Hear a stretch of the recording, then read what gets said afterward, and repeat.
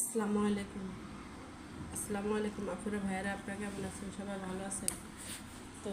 আলহামদুলিল্লাহ আমি ভালো আছি। তো আজকে সকালবেলা একটু উঠছিলাম, তো উঠতে উঠতে দেখি যে দেরি হয়ে গেছে গা। তো টাইম আছে আধা ঘন্টা, এখন এই সময়ের ভিতরে কী করো?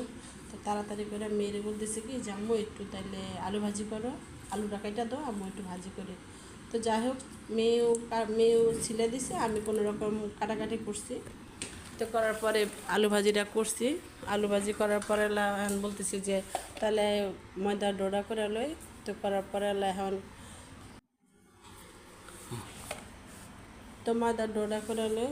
তো পরে বলতেছি যে আলু ভাজিটা তো যেহেতু আদা আদা হয়ে গেছে গা, তাহলে এখন ময়দার এটা ডোডা করে লই। তো করার পরে এখন ছেলে বলতেছে যে আম্মু তাড়াতাড়ি করো। তো এখন সংসারের কাজ কি ছেলেরে গুছাই দিব? ছেলে কিন্তু আমার বড়, মাসাল্লাহ, মেয়েও বড়। এখন কি ওরে গুছাবো না মেয়েরে গুছাবো, না এখান দিয়ে ভাজি করুম, না এখান দিয়ে ময়দা ডোডা করুম? তাড়াতাড়ি করে কোনো রকম করে এরা ঢাকা থুইয়া, তো আপুরা ভাইরা পরে এখন মেয়েরে বলতেছি যে তাহলে তুমি তাতে করে ওই আটার ডোডা করো, ময়দার ডোডা করো। তাই পড়তে পড়তুন তো আপুরা ভাইরা অনেক কিছু বুঝি না, অনেক কিছু কখনো করি না, কিন্তু আমার ছোটোবেলার থেকে অনেক ছিল যে না আমি হয়তো মিডিয়াতে যাব, কোনো কিছু করব।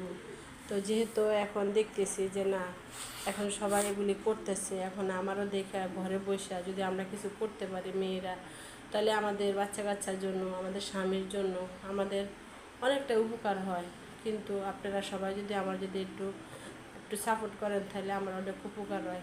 ভাইরা আপুরা, আমার যত কাছের বন্ধুবান্ধবরা আছেন, সবাই মিলে আমার একটু সহযোগিতা করবেন। তো এখন আপনারা যদি সহযোগিতা না করেন, তাহলে আপনাদের পাশে যে আমি দাঁড়াইতে পারবো না।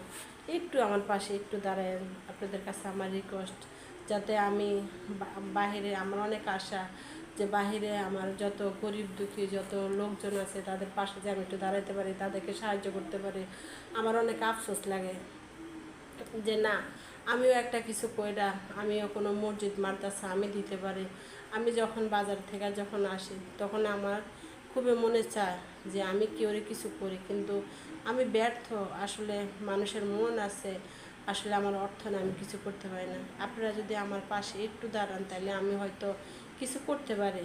এতটুকুই আপনাদের কাছে আমারই।